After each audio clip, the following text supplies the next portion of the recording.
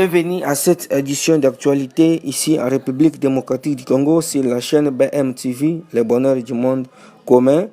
Ce qui se passe en République démocratique du Congo actuellement, le nouveau chef de la MONUSCO, James Swana, a défini les conditions essentielles pour une mission recentrée sur la stabilisation de l'Est de la RDC, respect strict du cessez-le-feu, y compris l'arrêt de l'utilisation des drones offensifs, fin du brouillard des signaux GPS, liberté totale des mouvements pour les personnels et l'équipement de la MONUSCO, accès sécurisé aux aéroports et à l'espace aérien et coopération de tous les belligérants.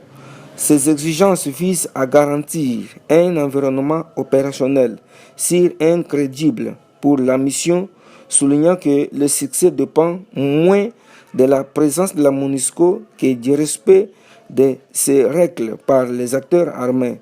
Cette visite intervient un an après l'occupation de Goma et Bukavu et par les rebelles du M23 dans le but de relancer les décentralisations et de rétablir la confiance en République démocratique du Congo. Suivez ces explications. Cette visite survient une semaine après les pourparlers tenus du 13 au 18 avril 2026 à Montreux entre les représentants du gouvernement de la RDC et de l'Alliance Fleuve Congo, mouvement du 23 mars, AFC M23, dans le cadre du processus de Doha, avec la facilitation du Qatar, des États-Unis, de l'Union africaine et avec la Suisse comme pays hôte. Nous avons salué les avancées vers la signature du protocole sur l'accès humanitaire et la protection judiciaire et encouragé les parties à maintenir leur engagement afin de conclure rapidement cet accord, en vue de mettre fin aux souffrances des populations civiles affectées par le conflit. Par ailleurs, le suivi du cessez-le-feu exige qu'un certain nombre de conditions indispensables soient réunies afin de permettre au mécanisme conjoint élargi de vérification plus d'opérer. Toujours en République démocratique du Congo, le vendredi le 24 avril 2026, à Kinshasa, dans la capitale de la RDC, les activistes de l'opposition ont manifesté devant l'ambassade des États-Unis contre l'arrivée prévue des migrants expulsés des États-Unis.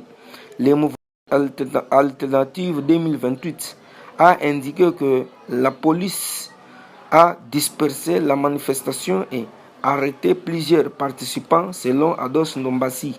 Plus d'une centaine de policiers ont été déployés pour un sit-in pacifique. Toujours en République démocratique du Congo, il n'y a plus de billets pour les matchs entre la RDC et le Portugal. Selon le site de la FIFA, le prix des billets d'entre les moins chers pour la première rencontre des Léopards face au Portugal est fixé à $265 et ce stock est déjà épuisé depuis le 5 avril 2026.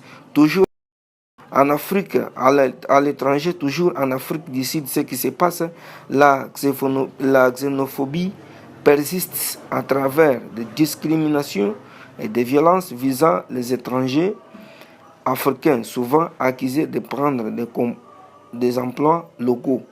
Malgré les efforts des autorités, ces tensions continuent d'alimenter un climat d'insécurité pour les nombreux migrants congolais, zimbabwéens et nigériens. C'est vraiment triste et honteux de voir la xénophobie en Afrique.